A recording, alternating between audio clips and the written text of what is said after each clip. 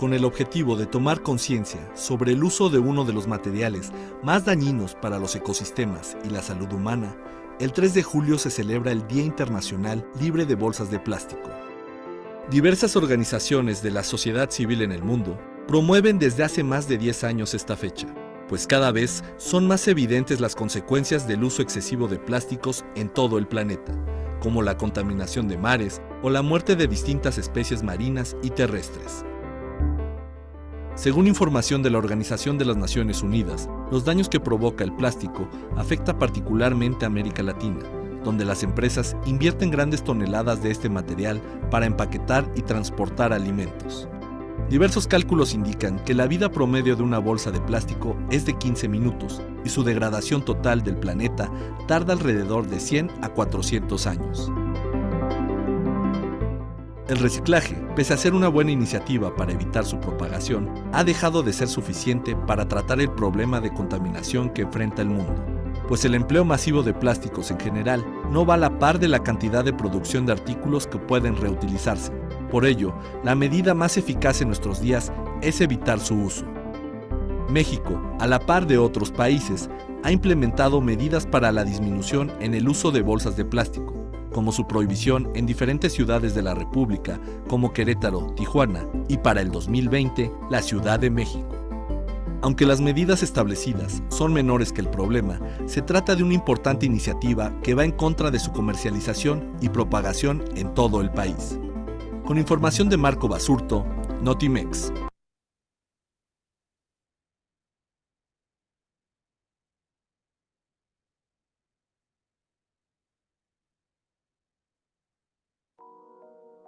El 3 de julio de 1955 fue un día histórico en la lucha por los derechos de las mujeres en México, pues enmarca el día en que votaron por primera vez. Adolfo Ruiz Cortines era presidente y fue quien firmó el decreto por el que las mujeres podrían acudir a las urnas a emitir su voto a nivel federal. En 1952, durante la campaña por la presidencia, Ruiz Cortines se reunió con 20,000 mujeres, ante las cuales prometió reformas al artículo 115 constitucional, para que pudieran participar en la vida democrática del país y ejercer su ciudadanía de forma plena. Desde 1947, las mujeres podían votar y ser votadas, pero solo a nivel municipal, y fue en 1953 cuando el derecho del voto se otorgó a nivel federal. Sin embargo, la primera vez que las mexicanas ejercieron este derecho fue 2 años después, en las elecciones de 1955, donde se eligió a los diputados de la 43 legislatura. El voto femenino significó el reconocimiento de la igualdad en la participación política, pero tuvieron que pasar 24 años para que una mujer ocupara un cargo como gobernadora. En 1979, Colima se convirtió en la primera entidad del país que eligió a una mujer para la gubernatura, en la figura de Griselda Álvarez, quien ya había sido senadora de la República y directora del Museo Nacional de Arte. 41 años después, 9 mujeres han gobernado en distintos estados del país. 7 de ellas fueron elegidas en las urnas, pero una murió antes de tomar protesta. Las otras 2 mujeres ocuparon el cargo como gobernadoras interinas. A 65 años del voto femenino en México, ninguna mujer ha ocupado la presidencia, y solo 6 han sido candidatas a ocupar el cargo.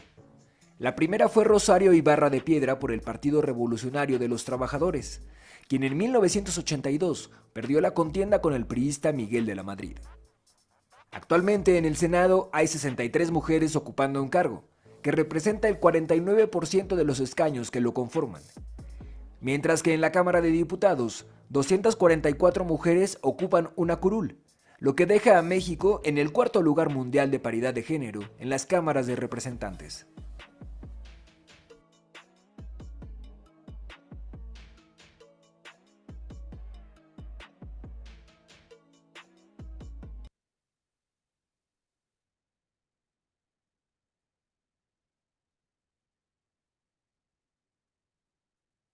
¿Sabes cuál fue la mayor derrota romana de la historia? Los romanos perdieron numerosas batallas, y algunas fueron verdaderamente catastróficas, como la de la batalla del bosque de Teutoburgo, en el año 9, donde los romanos tuvieron entre 20.000 y 30.000 bajas, o la batalla de Arausio en el 105 a.C., o incluso la de Cannas en el 216 a.C. con la victoria de Aníbal. Sin embargo, por las consecuencias que tuvo, cercano el declive final del Imperio Occidental, la batalla de Adrianópolis el 8 de agosto de 378 es considerada por muchos el peor desastre militar de la historia de Roma, en el que murió el propio emperador Valente, cuyo cuerpo nunca fue encontrado.